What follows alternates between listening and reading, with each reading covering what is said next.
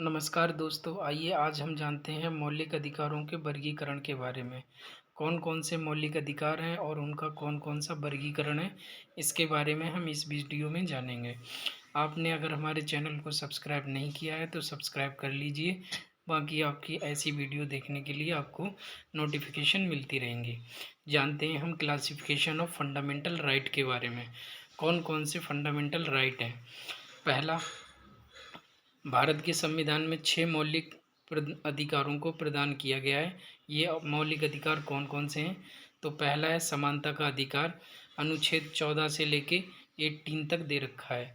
दूसरा है स्वतंत्रता का अधिकार, अनुच्छेद नंबर 19 से लेके 22 तक दे रखा है। तीसरा है शोषण के विरुद्ध अधिकार, अनुच्छेद 23 से लेके 24 तक दे रखा है। चौथा है धर्म की स्वतंत्रता का अधिकार, जिसमें 25 से लेके 28 तक, यानी कि 25 से लेके 28 के बीच में दे रखा है। नेक्स्ट है पांचवा संस्कृति और शिक्षा संबंधी अधिकार, जिसे अनुच्छेद 29 से 30 में दे रखा है। छठा है संवैधानिक उपचारों का अधिकार, 32, यानी कि बीच में बचा है 31, जिसमें दे रखा था संपत्ति का अधिकार, जिसे संविधान संशोधन करके हटा दिया गया है। पहले 7 मौलिक अधिकार थे, अब 6 अधिक मौलिक अधिकार बचे हुए हैं। एक एक करके जानते हैं हम इन सब मौलिक अधिकारों के बारे में। तो पहला है समानता का अधिकार, अनुच्छेद 14 से लेके 18 तक, यानी कि 14 से लेके 18 तक। पहला है 14, विधि के समक्ष समानता। जितने भी कानून हैं उन सब का सभी लोगों के लिए समान अधिकार दिए गए हैं अनुच्छेद 14 में।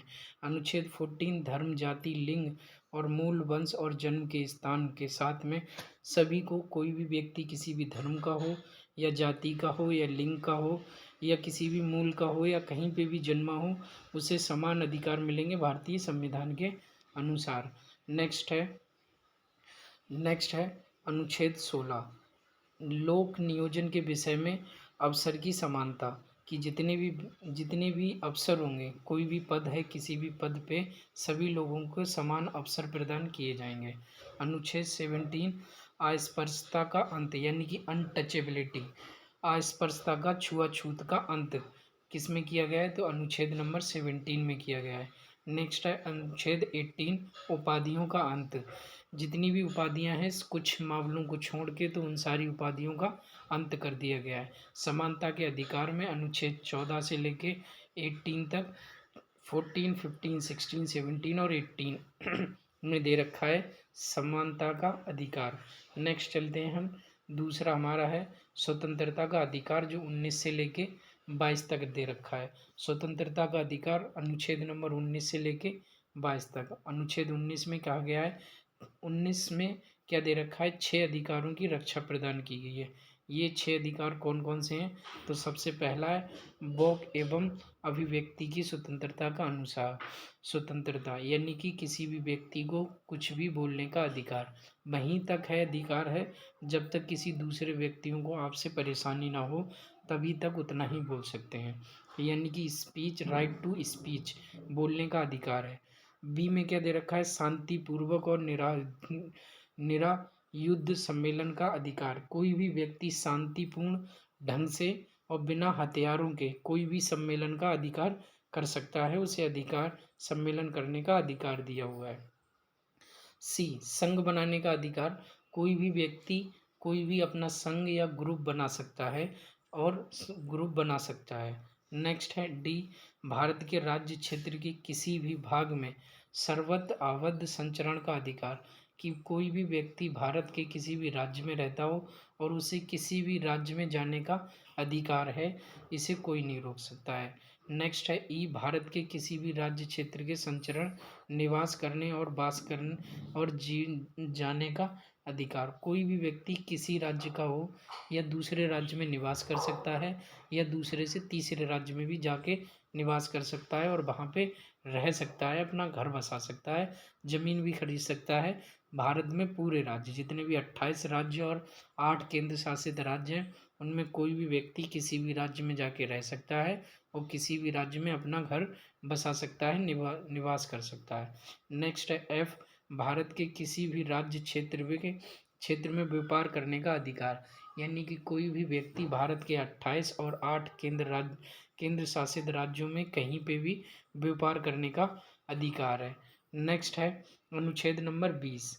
अनुच्छेद नंबर 20 में अपराध के लिए दोषी सिद्ध के संबंध में संरक्षण की, किसी भी व्यक्ति को कोई भी अपराध दोष सिद्ध किया गया है तो उसके उसके संरक्षण में, यानी कि किसी भी व्यक्ति ने अपराध किया है तो अगर उसे गिरफ्तार कर लिया जाता है तो गिरफ्तार करने के बाद में भी उसके कुछ अधिकार होते हैं कि 24 घंटे में न्यायालय के पास में उसको प्रस्तुत किया जाए। ये उसका क्या है, अधिकार है। 24 घंटे से ज़्यादा रखना है पुलिस को पुलिस कस्टडी में तो उसको परमिशन लेनी होती है किससे, न्यायालय से। नेक्स्ट अनुच्छेद नंबर 21 में प्राण एवं दैहिक स्वतंत्रता, यानी कि जीवन जीने का अधिकार।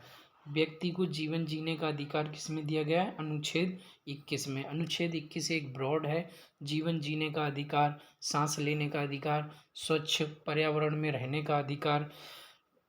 अनुच्छेद नंबर 21 शिक्षा संबंधी अधिकार, 0 से लेके 8वीं क्लास तक की किसी भी बच्चे को निःशुल्क शिक्षा प्राप्त करने का अधिकार है। नेक्स्ट चलते हैं हम अनुच्छेद नंबर 22 पे, निरोध एवं गिरफ्तारी से संरक्षण, की व्यक्ति को जब तक कि उस पर कोई पाबंदी या फिर कोई नोटिस नहीं है तब तक हम उसे गिरफ्तार नहीं कर सकते। ये उसका क्या है, अनुच्छेद नंबर 22 का अधिकार है। नेक्स्ट चलते हैं हम अनुच्छेद नंबर शोषण के विरुद्ध अधिकार, ये तीसरा है। अभी तक हमने पढ़ा है समानता का अधिकार, स्वतंत्रता का अधिकार, अब तीसरा पढ़ रहे हैं शोषण के विरुद्ध अधिकार। शोषण के विरुद्ध अधिकार में अनुच्छेद 23 से लेके 24 के बीच में दिया हुआ है। क्या क्या है, अनुच्छेद 23 से लेके 24 के बीच में। तो अनुच्छेद 23 में दिया है मानव दुर्व्यापार एवं बाल श्रम का निषेध, यानी कि मानवों का दुर्व्यापार नहीं कर सकते। दुर्व्यापार का मतलब है कि मानव तस्करी जो होती है, मानवों को खरीदा और बेचा जाता है, ऐसा कोई व्यापार नहीं कर सकते, उसे मानव दुर्व्यापार कहा गया है। अनुच्छेद 23 में इसे रोका गया है। एवं बाल श्रम, बाल श्रम का मतलब है किसी भी छोटे बच्चे से, यानी कि 0 से 14 साल तक के किसी भी बच्चे से काम नहीं करा सकते। 14 से 18 साल तक के बच्चों को किसी खतरनाक काम में नहीं रख सकते। तो ये अनुच्छेद नंबर किसमें, 23 में, मानवों का दुर्व्यापार नहीं कर सकते, मानवों का व्यापार नहीं कर सकते। दूसरा है बाल श्रम, यानी कि छोटे बच्चों से काम नहीं करा सकते कहीं पे भी, बाकी कुछ अपवादों को छोड़ के। अनुच्छेद नंबर 24 कारखानों में बाल श्रम आदि पर निषेध, यानी कि जो बड़े बड़े कारखाने होते हैं उनसे बाल श्रम, बाल श्रम का मतलब होता है, बाल मतलब बच्चे, श्रम का मतलब काम कराना। तो कोई भी बच्चों से किसी भी बड़े काम कारखानों में खतरनाक काम को नहीं किया जा सकता। अनुच्छेद नंबर 24 में ये दे रखा है। अगले पे चलते हैं हम, हमारा नेक्स्ट दे रखा है धर्म की स्वतंत्रता का अधिकार। कोई भी व्यक्ति किसी भी धर्म का हो उसे धर्म के संरक्षण का अधिकार दिया गया है, अपने धर्म का संरक्षण कर सकता है। धर्म से संबंधित कौन कौन से अधिकार हैं, तो अनुच्छेद नंबर 25 से लेके 28, यानी कि 25 से लेके 28 तक धर्म की स्वतंत्रता का अधिकार है। अनुच्छेद 25 में क्या बोला गया है, अंतःकरण, यानी कि व्यक्ति की अंतरात्मा से धर्म के आचरण की स्वतंत्रता और धर्म का प्रचार प्रसार करने की स्वतंत्रता। कोई भी व्यक्ति अपने धर्म की अंतरात्मा से या मिलके क्या कर सकता है, अपने धर्म को प्रचार कर सकता है और उसका प्रसार कर सकता है। कुछ लोगों को देखा होगा जो अपने धर्म का प्रसार करते रहते हैं, तो वह व्यक्तियों को क्या है, अधिकार है 25 अनुच्छेद में कि वो अपने धर्म का प्रसार और प्रसार कर सकते हैं। अनुच्छेद नंबर 26 में दिया है धार्मिक कार्यों के प्रबंधन की स्वतंत्रता, धार्मिक कार्यों की स्वतंत्रता।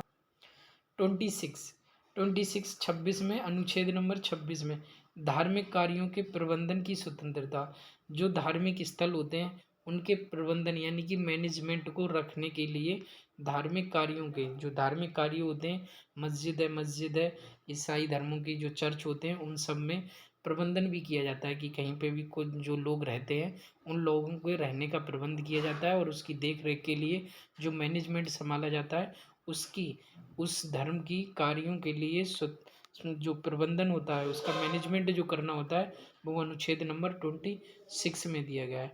27 में क्या है?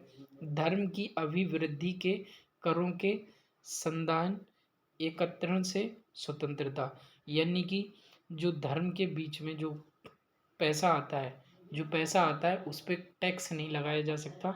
ये किस अनुच्छेद में दे रखा है? 27 में दे रखा है कि करों से क्या होंगे? संदाय एकत्रता की स्वतंत्रता होगी, इस पर कोई कर नहीं लगाया जा सकता है।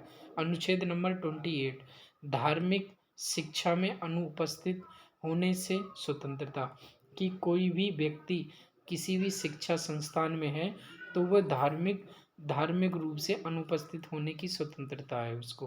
धार्मिक शिक्षा में कोई भी धार्मिक शिक्षा का संस्थान हो सकता है, बहुत सारे ऐसे इंस्टीट्यूट होते हैं जिनमें धार्मिक शिक्षा पढ़ाई जाती है, तो उससे क्या होता है? अनुपस्थित रहने की स्वतंत्रता हो सकती है। नेक्स्ट चलते हैं हमारा सांस्कृतिक और शिक्षा संबंधी अधिकार। अनुच्छेद नंबर 29 से लेकर 30 तक, 29 से 30 तक सांस्कृतिक और शिक्षा संबंधी अधिकार क्या है? अनुच्छेद नंबर 29 में अल्पसंख्यकों के हितों का संरक्षण। ये क्या होता है? अल्पसंख्यक, अल्प का मतलब होता है छोटा, संख्यक का मतलब संख्या। ऐसे लोग जिनकी संख्या कम होती है, मान लो किसी गांव में लोग 4 समुदाय के लोग रहते हैं, तो उन 4 समुदाय में कोई उच्च जाति का है, कोई निम्न जाति का है, कोई किसी जाति का है, तो जिस जाति के लोग सबसे कम होंगे उनको हम क्या बोलेंगे? अल्पसंख्यक। यानी कि अल्प मतलब होता है कम और संख्यक मतलब उनकी संख्या क्या है? सबसे कम है। तो उन्हें डर रहता है कहीं कोई बड़ी जाति वाले या जिनकी संख्या ज़्यादा है तो वो उनको उनके अधिकारों का शोषण ना करें, तो उसके लिए क्या है? अल्पसंख्यकों के लिए अनुच्छेद नंबर 29 अल्पसंख्यकों के हितों का संरक्षण किया जाएगा। जिनकी संख्या कम होगी उनका संरक्षण किया जाएगा। अनुच्छेद नंबर 30, अनुच्छेद नंबर 30 शिक्षा संस्थानों की स्थापना और प्रशासन। बहुत सारे शिक्षा संस्थान होते हैं जिनकी स्थापना कर सकते हो और उनका प्रशासन भी चला सकते हो। भारत में बहुत सारे इंस्टीट्यूशनल है जिन शिक्षा संस्थान ऐसे हैं जिनकी स्थापना और प्रशासन यानी कि मैनेजमेंट देख सकते हैं उनका। ये अनुच्छेद नंबर किस में दे रखा है? 30 में। नेक्स्ट है जो अल्पसंख्यक के वर्ग होते हैं उनके कुछ अधिकार दे रखे हैं, अल्पसंख्यकों के अधिकारों के बारे में। नेक्स्ट है संवैधानिक उपचारों का अधिकार। संवैधानिक उपचारों का अधिकार अनुच्छेद नंबर 32। आपको लग रहा होगा हमने पढ़ना स्टार्ट किया था 14 से, 15, 16, 17, 18, 19, 20, 21, 22, 23, 24, 25, 26, 27, 28, 29, 30 तक पढ़ा। 31 है ही नहीं हमारे पास, अब कौन सा आ गया? 32 आ गया, अनुच्छेद नंबर 32। यानी कि 31 कहीं गायब हो गया, तो 31 छूट गया। तो पहले 7 थे मौलिक अधिकार जिसमें संपत्ति का अधिकार दे रखा था। संपत्ति के अधिकार को 44 में संविधान संशोधन के अनुसार 1976 में 86 में इसको क्या कर दिया गया? हटा दिया गया। अब कौन सा है? अब उसे हटा दिया गया है संवैधानिक उपचारों का अधिकार। ठीक है, तो अब संवैधानिक उपचारों का अधिकार अनुच्छेद नंबर किस में? 32 में। संपत्ति के अधिकार को हटा दिया गया है जो अनुच्छेद नंबर किस में था? अनुच्छेद नंबर 31 में था। तो आते पढ़ते हैं किसमें? अनुच्छेद नंबर 32 में। तो अनुच्छेद नंबर 32 में क्या है? सर्वोच्च न्यायालय द्वारा, जो हमारी सर्वोच्च न्यायालय होती है उस सर्वोच्च न्यायालय के द्वारा रिट जारी की जाती है। कौन कौन से ऐसे अधिकार हैं जिसमें रिट जारी कर सकती है हमारी सर्वोच्च न्यायालय और उच्च न्यायालय? जो भारतीय संविधान है उस भारतीय संविधान में रिट जारी करने का अधिकार सिर्फ सर्वोच्च न्यायालय और उच्च न्यायालय को दिया गया है। तो सबसे पहले अनुच्छेद नंबर 32 में दिया है बंदी प्रत्यक्षीकरण को। बंदी प्रत्यक्षीकरण का मतलब है कि किसी भी व्यक्ति को अवैध रूप से बंदी बनाया गया है तो उसके लिए उच्च न्यायालय रिट जारी कर सकती है, उसको जल्द से जल्द न्यायालय के सामने प्रस्तुत किया जाए। इसके लिए बंदी प्रत्यक्षीकरण की रिट जारी की जाती है। ये सर्वोच्च न्यायालय और उच्च न्यायालय दोनों के द्वारा जारी की जा सकती है। नेक्स्ट है हमारा परमादेश। परमादेश का मतलब होता है कि कोई पदाधिकारी सार्वजनिक कर्तव्यों का निर्वाह नहीं करता, यानी कि कोई व्यक्ति अपने पद पे बैठा हुआ है और वो लोगों के कर्तव्यों का निर्वाह नहीं कर रहा, अपने काम को जारी नहीं कर रहा है, तो ऐसे में सर्वोच्च न्यायालय उसे उस काम का करने का आदेश दे सकती है। और ऐसा वो अगर नहीं करता है तो क्या माना जाएगा? सर्वोच्च न्यायालय का दिए हुए आदेश का उल्लंघन, और उस उल्लंघन करने पे उसे सजा भी दी जा सकती है। तीसरा है हमारा परमादेश के बाद में प्रतिषेध का प्रतिषेध। प्रतिषेध के मामले में भी सर्वोच्च न्यायालय और उच्च न्यायालय क्या कर सकती है? रिट जारी कर सकती है। रिट जारी कर सकती है, और रिट जो जारी होती है प्रतिषेध वाली,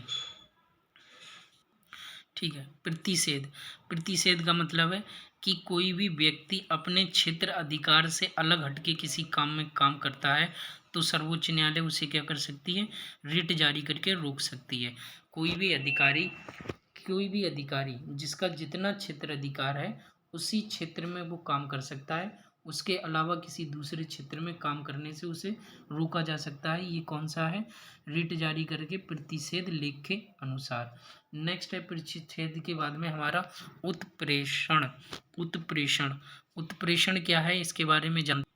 उच्चतम न्यायालय और हमारा उच्च न्यायालय अपनी छोटी न्यायालय यानी कि अधीनस्थ न्यायालयों को एक क्या कर सकती है, जो वहाँ पे मुकदमे होते हैं उन मुकदमों को अपने यहाँ पे रुके हुए मुकदमे बहुत दिन हो जाते हैं, लंबित मुकदमे हो जाते हैं, बहुत बहुत दिनों तक सालों तक चलते हैं, ऐसे मुकदमों को ऊपर भेजने का अधिकार जो है वो उच्च न्यायालय और सर्वोच्च न्यायालय कर सकती है। उच्च न्यायालय अपनी अधीनस्थ न्यायालय से मांग सकती है कि इस मुकदमे को हमको दे दो, तुम्हारे बस की नहीं है। सर्वोच्च न्यायालय अधीनस्थ न्यायालय और उच्च न्यायालय दोनों से ही ले सकती है कि तुम्हारे यहाँ बहुत समय हो गया है, अब इसको हमारे पास भेज दीजिए, तुम्हारे बस की नहीं है इसको सुलझाना, अब हम इसको सुलझाएंगे। नेक्स्ट हम पढ़ते हैं अधिकार पिच्छा। अधिकार पिच्छा का मतलब होता है कि कोई भी व्यक्ति किसी जगह पे काम कर रहा है लेकिन वो उस काम के लिए वैधानिक रूप से एलिजिबल नहीं है, योग्य नहीं है। कभी कभी देखा होगा तुमने, कुछ अयोग्य व्यक्तियों को भी किसी ऐसे पद पे बिठा दिया जाता है जिस पद के वो योग्य नहीं होते, तो ऐसे में सर्वोच्च न्यायालय उच्च न्यायालय क्या कर सकती है? उसको उसके पद से हटा सकती है क्योंकि वो उस पद के योग्य नहीं है। तो ऐसे में रिट जारी की जा सकती है सर्वोच्च और उच्च न्यायालय द्वारा। एक बार हम रिवीजन करते हैं कहाँ से हमारे कौन कौन से अधिकार दे रखे हैं। तो सबसे पहले हम चलते हैं हमारा पहले वाले संविधान पे कि हमारा पहला वाला संविधान संशोधन क्या था। उस संविधान जो मौलिक अधिकार हैं उन मौलिक अधिकारों में क्या क्या दे रखा है। तो सबसे पहले हमारा था समानता का अधिकार।